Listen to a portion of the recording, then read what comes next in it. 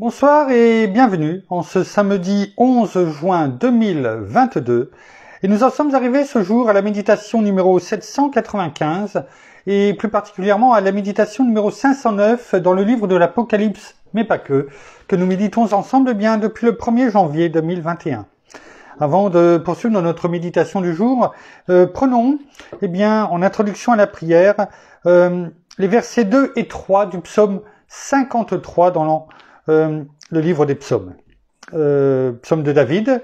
Il est écrit « L'insensé dit en son cœur, il n'y a point de Dieu.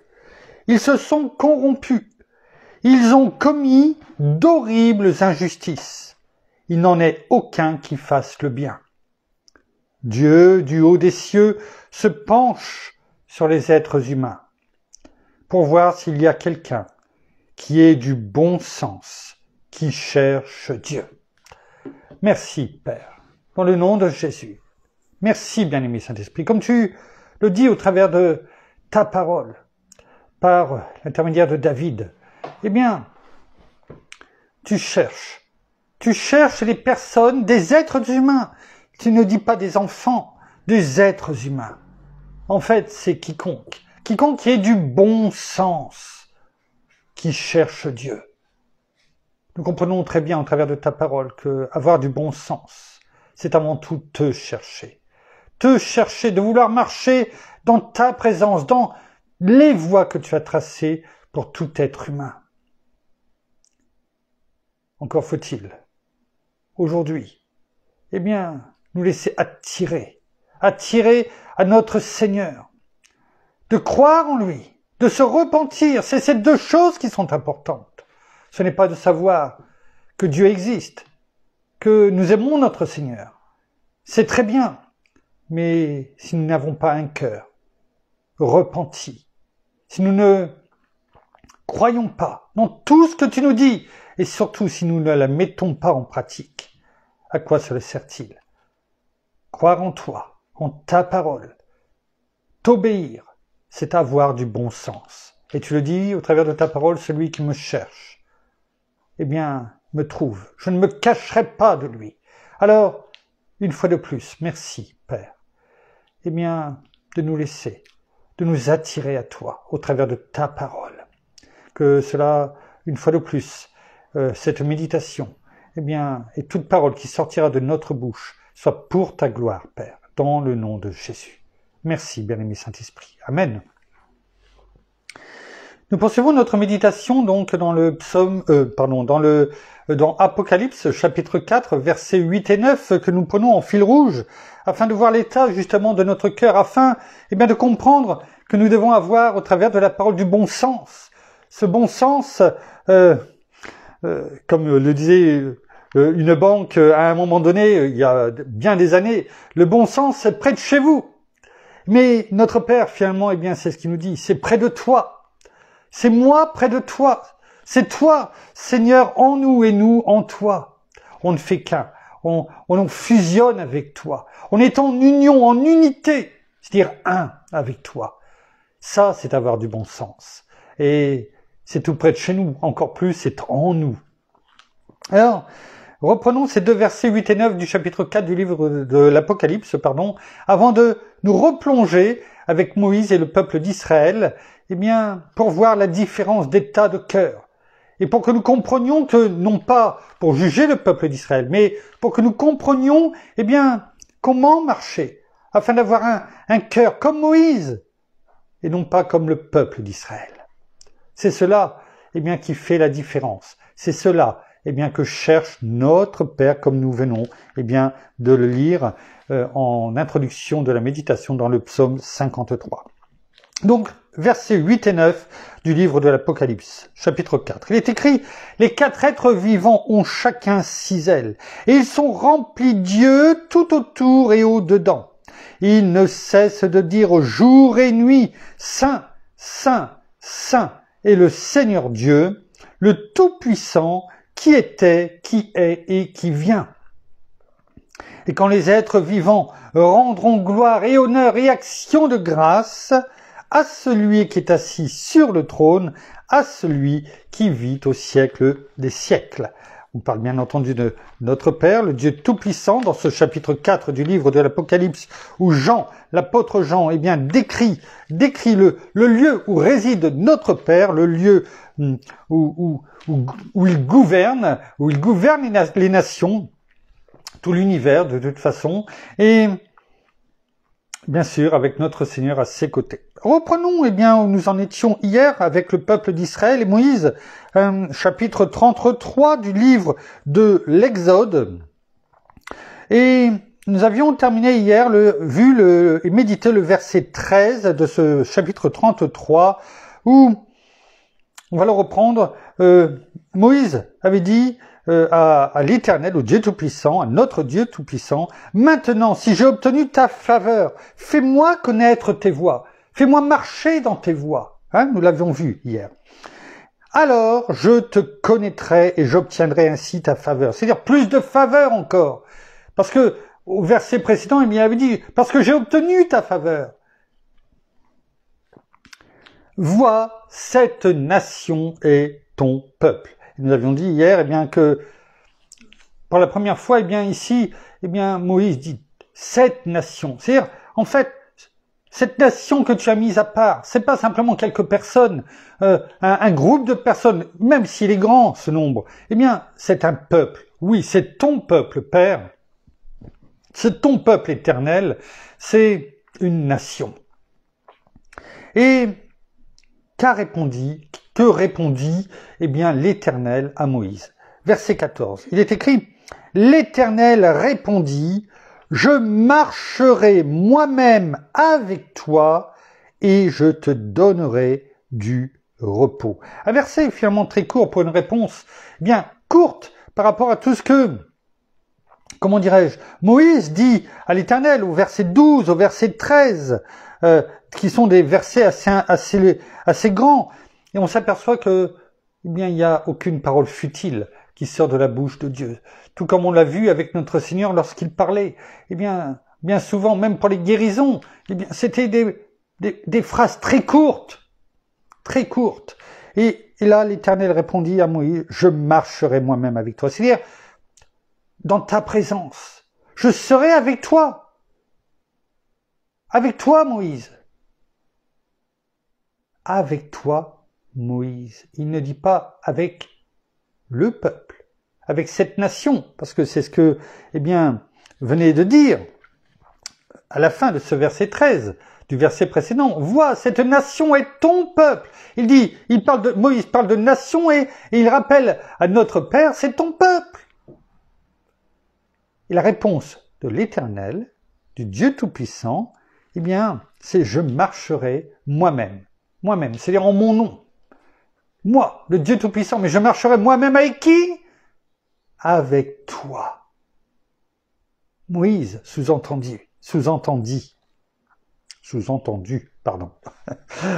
Excusez-moi, il fait vraiment chaud et quelquefois on peut avoir des petites inversions de lettres.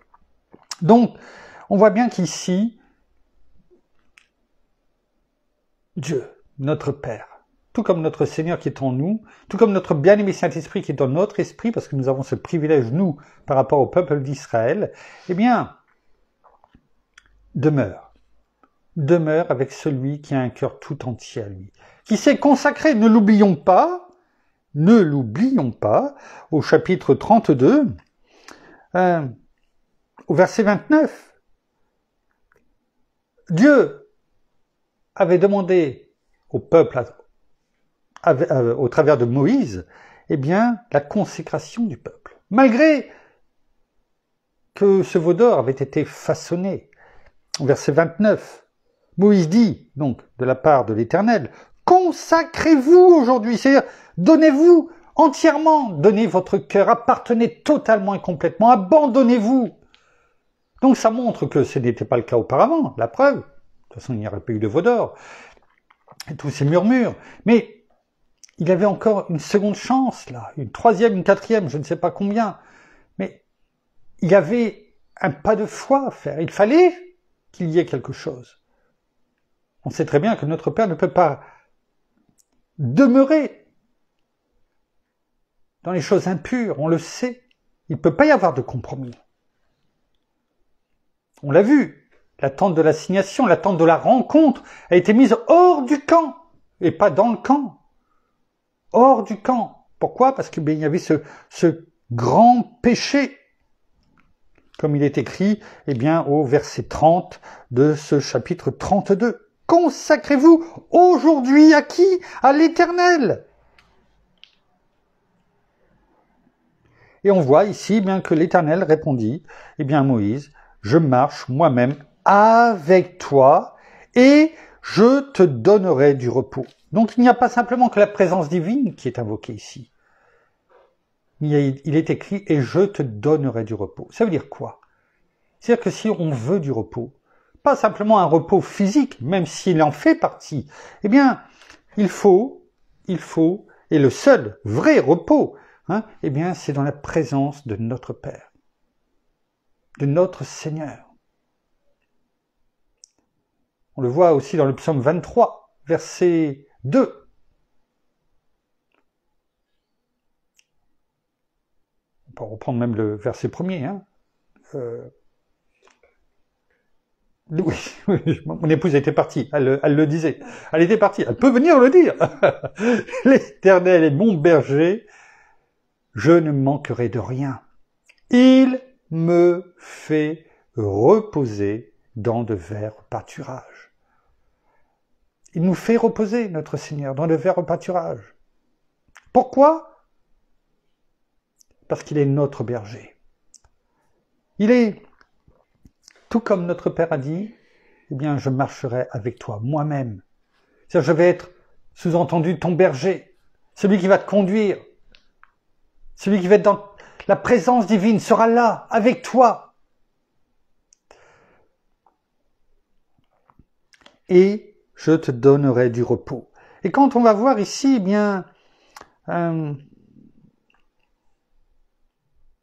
je reprends, voilà, le terme repos ici, en hébreu, c'est le verbe nouak. Le verbe nouak, qui veut dire, oui, se reposer, certes, mais aussi s'établir et rester. Alors on va dire, attendez, il y a quelque chose qui ne va pas. Moïse demande à l'Éternel de marcher avec lui, avec le peuple. Et là, ça veut dire s'établir et rester. Mais ça veut dire s'établir et rester durablement, non pas physiquement à un endroit, mais dans la présence divine. S'établir et demeurer dans la présence divine. Seul capable de donner ce vrai repos. Avoir du repos, être tranquille. Voilà ce que ça veut dire nouak en hébreu. Être tranquille. C'est-à-dire que tu veux être tranquille. Nous voulons être tranquilles, sachons demeurer. Être non seulement consacré, demeurer en permanence, dans la présence divine. De venir parler en face à face. De venir avec assurance devant le trône de la grâce, comme il est écrit dans Hébreux 4, verset 16. De venir, tout ce qui est sur nos épaules, de venir on l'a vu ces derniers jours, les déposer aux pieds du Maître. Sinon, on n'aura pas de repos. Sinon, on n'aura pas du repos. Ce repos que nous avons besoin, jour après jour, pour affronter tout ce que, il y a dans le monde aujourd'hui. C'est indispensable. Ce repos, bien sûr, physique, le Seigneur nous le dit, c'est dans le psaume 4, verset 9, si je ne me trompe pas, aussitôt couché, je m'endors en paix, car toi seul, ô Éternel, tu me fais habiter en sécurité. Dans la maison, oui, mais dans sa présence surtout, parce que sa présence nous accompagne. Il n'y a point, il ne dort ni ne sommeille celui qui veille sur Jérusalem. Et sur son peuple, c'est ça que ça veut dire. Et nous faisons partie du peuple de Dieu. Nous sommes ses enfants. C'est sa présence divine qui nous donne ce vrai repos. Parce que sans ce repos, eh bien, on essaiera toujours de trouver, eh bien, des réponses par nous-mêmes. Hein, vous avez vu, c'est être tranquille. C'est-à-dire que nous devons être tranquilles, quelles que soient les circonstances de nos vies. Même dans les tempêtes de nos vies, demeurer tranquille. Parce que nous savons que notre Père est là, et que quoi qu'il arrive, eh bien, il enverra ses anges, s'il y a besoin, ou il interviendra lui-même, eh bien, pour ouvrir, pour incliner, pour ouvrir toutes les portes. Si notre Père nous conduit, s'il combat pour nous, que dirons-nous donc à ce sujet? Il est écrit dans Romains 8, verset 31. Et que nous dirons-nous donc à ce sujet? Si Dieu est pour nous, qui sera contre nous? Nous ne devons pas essayer de voler par nos propres ailes. C'est comme un oiseau finalement. Oui, il a des ailes. Oui, il peut voler. Mais il doit apprendre à voler dans la bonne direction quand il est petit. Il doit suivre peut-être, eh bien, je ne sais pas, sa mère ou son père dans ses vols pour lui montrer ce qu'il doit faire, ou peut-être où il doit aller, où il ne doit pas aller. Comment faire pour retrouver son nid? Alors, je ne suis pas un spécialiste, mais ce que je veux dire, il ne suffit pas d'avoir des ailes. Il faut encore savoir la direction à prendre. Tout comme un avion. Il a des ailes, il peut voler, c'est très bien, mais si, eh bien, la tour de contrôle ne lui donne pas la direction, le moment où il peut partir, eh bien, il va heurter d'autres avions. Il va y avoir des problèmes s'il ne lui dit pas quel moment, eh bien, atterrir, la direction qu'il doit prendre tout au long de son voyage. S'il n'a pas un carnet de bord avec les indications, il y aura des problèmes. Notre Père, tout comme avec le peuple d'Israël, tout comme il est avec Moïse, c'est cette tour de contrôle, si je puis m'exprimer ainsi. Et il veut faire de même avec nous. Et pour cela, il nous a donné, dans le nom de Jésus, notre bien-aimé Saint-Esprit, qui doit nous guider, qui veut nous guider. Il est notre GPS spirituel, nous l'avons dit, GPS, guidé par le Saint-Esprit. Voilà ce que nous devons, eh bien, faire, nous laisser guider par le Saint-Esprit. Tout comme Moïse, eh bien, demande à notre Père, au Dieu Tout-Puissant, eh bien, d'être avec lui pour le guider lui et tout le peuple. C'est ce que fait aujourd'hui notre bien-aimé Saint-Esprit. En tout cas, c'est ce qu'il veut faire avec chacun d'entre nous.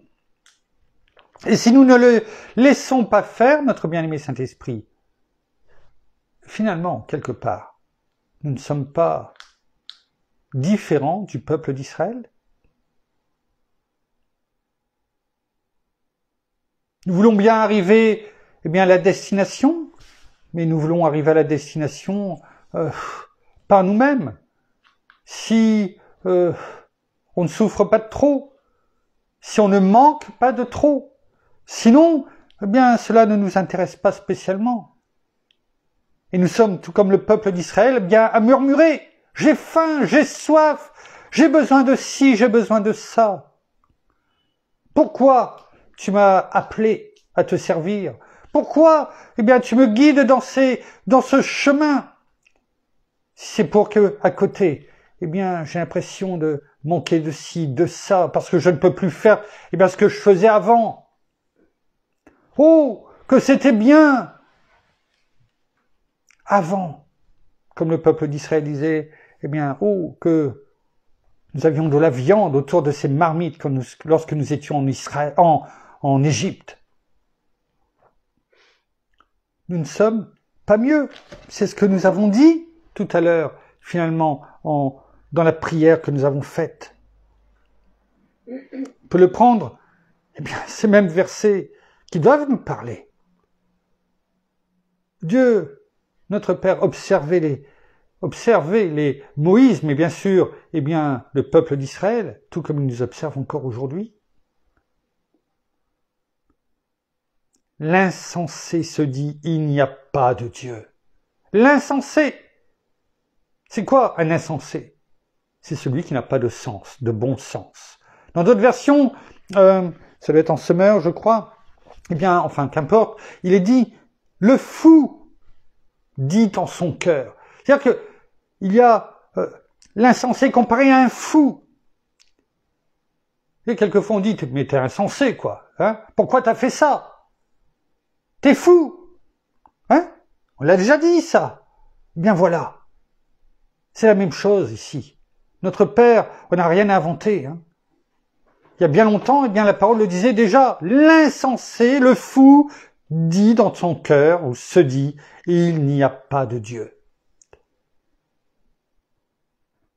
Pourquoi? Parce que notre foi n'est pas tout entière. Nous ne sommes pas consacrés totalement à lui. Alors, quand tout va bien, eh bien on dit merci, merci Père, merci Seigneur, je savais bien que tu étais là. Et aussitôt que ça ne va pas dans le bon sens, c'est que, eh bien, la roue tourne, eh bien on est comme le peuple, à murmurer contre Dieu. Et si on ne le dit pas, en tout cas de nos bouches, eh bien on le pense de nos cœurs. Et l'ennemi, comme on l'a dit hier, eh bien utilise justement ses pensées pour se cacher derrière, pour faire croire que ce sont nos propres pensées, alors qu'il est là appuyé derrière, là où ça fait mal. Et on est là à dire, eh bien, est-ce que tu existes vraiment? Est-ce que tu peux répondre à cela? Est-ce que je vais m'en sortir? Plutôt que de dire, certes, il y a des difficultés. Certes, je traverse une tempête. Ce n'est pas se voiler la face qui est intéressant et qui est important. Mais c'est de ne pas regarder à la tempête, mais de regarder à celui qui va arrêter la tempête, tout comme notre Seigneur l'a fait. Parce que nous savons que nous avons un grand Dieu qui est toujours là avec nous.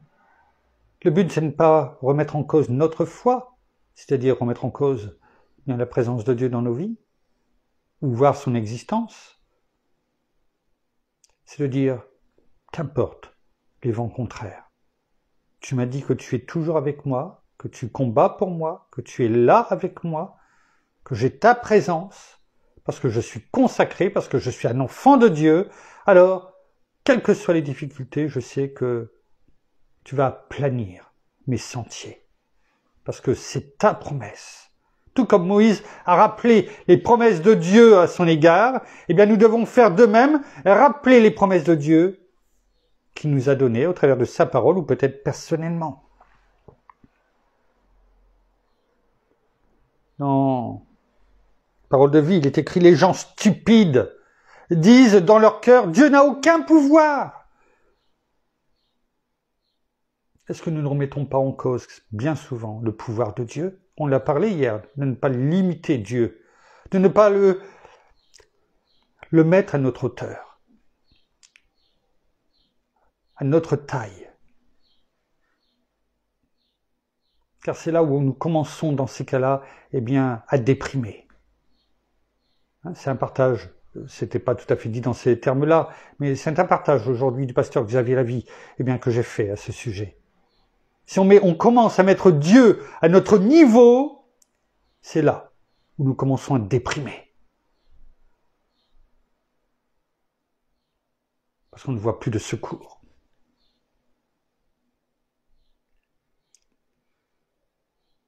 Les gens stupides. Sommes-nous stupides en déclarant et en proclamant que Dieu n'a aucun pouvoir? On le dit peut-être pas comme ça, mais dire comment je vais faire pour m'en sortir, c'est sous-entendu, Père, Seigneur, tu ne peux rien faire. Tu n'interviendras pas, c'est trop tard. Donc sommes-nous stupides? Ou notre foi crie en disant je sais que tu vas intervenir.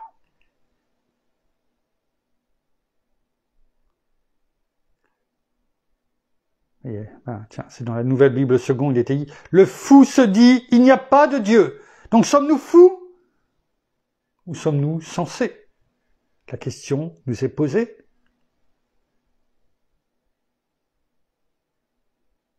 Alors, nous voulons la présence divine dans nos vies. Non pas avec parcimonie, non pas de temps en temps, non pas lorsque simplement nous en avons besoin, mais nous la voulons en permanence. En permanence. Car nous avons besoin de repos. Physiquement, spirituellement, nous voulons être tranquilles. Non pas vivre une vie tranquille, parce que nous savons que la voie chrétienne, ce n'est pas un long fleuve tranquille, mais pas cette tranquillité humaine, cette tranquillité intérieure, qui fait que, quels que soient les événements, nous savons, eh bien, que toute chose nous est donnée par notre Père, par Yahvé Sabaoth, par Yahvé Nissi, notre bannière, parce qu'il est combat pour nous, il est devant nous, par Yahvé Jireh, qui pourvoit à toute chose. Alors, consacrons-nous totalement afin d'entendre bien la même réponse que notre Père, le Dieu Tout-Puissant, a faite à Moïse: je marcherai moi-même avec toi et je te donnerai du repos. Merci Père, merci Seigneur, merci bien-aimé Saint-Esprit, une fois de plus pour ce que tu nous montres au quotidien. Je suis émerveillé chaque jour, eh bien, par ce que tu nous montres, ce que tu nous enseignes. Apprends-nous maintenant, eh bien, non pas simplement à l'entendre, à l'écouter, mais surtout à le mettre en pratique dans nos vies, afin que nous soyons, eh bien, tous tes enfants, quel que soit l'endroit où nous sommes, eh bien, des phares, des tours, parce que de contrôle, non pas nous, mais toi en nous. Nous terminons par la prière. Seigneur, merci bien encore ce soir pour tout ce que tu nous montres à travers la parole. Merci pour tout ton enseignement, merci encore pour toutes, non seulement ces images, mais aussi ces paroles douces que tu mets dans nos cœurs et dans nos vies. Merci parce que, bien-aimé Saint-Esprit, tu es notre guide et tu nous enseignes chaque jour et tu es là, à côté de nous et c'est toi qui nous dirige, si nous nous laissons diriger complètement par toi, Saint-Esprit. Merci encore parce que pour tout ce que tu nous donnes jour après jour, merci parce que c'est toi, eh bien, qui nous fait avancer dans ce chemin d'intégrité et de droiture. Merci parce que même s'il y a des moments difficiles, peut-être pour certains d'entre nous, eh bien, tu es là et tu nous dis que tu es notre secours, que tu es notre abri et que c'est en toi que nous devons venir nous réfugier. Merci parce que tu es ce roc si puissant sur lequel nous pouvons vraiment nous établir et sur lequel nous pouvons nous raccrocher. Oui, même si nous traversons des tempêtes dans nos vies, même si nous traversons des difficultés, eh bien, tu es à côté de nous. Alors laissons-nous complètement, eh bien, envahir par toi, bien-aimé Saint-Esprit, et surtout que ta parole, Seigneur, eh bien, touche le cœur de chacun d'entre nous, afin que nous puissions continuer, eh bien, non seulement d'avancer, mais aussi, eh bien, de nous laisser complètement conduire par toi. Alors soyez tous abondamment bénis, frères et sœurs, dans le nom de notre Seigneur Jésus-Christ. Amen. Amen. Voilà, ainsi s'achève la méditation de ce soir. Nous vous bénissons abondamment de toute bénédiction spirituelle dans les lieux célestes en Christ.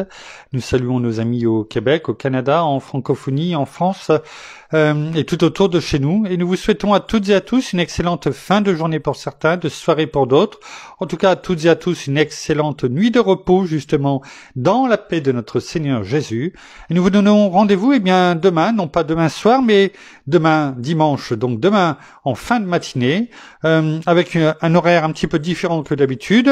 À partir de 11h, les louanges que vous recevrez donc tout à l'heure en lien, le lien de la chaîne YouTube du ministère Paraclétos, avec les louanges que chacun fait à son domicile, enfin en tout cas chez vous, ou en groupe, parce que bien sinon nous sommes bloqués par, comment dirais-je, YouTube si nous le faisons en direct, enfin Facebook si nous le faisons en direct, et le début de du culte, eh bien en direct à partir de 11h45, entre 11h45 et midi, mais sûrement 11h45, 11h50. Donc voilà. Donc nous vous donnons rendez-vous demain aux alentours de 11h45, 11h50. Donc 1 heure avant par rapport à d'habitude. En attendant de se retrouver demain, soyez abondamment bénis. À demain. Au revoir.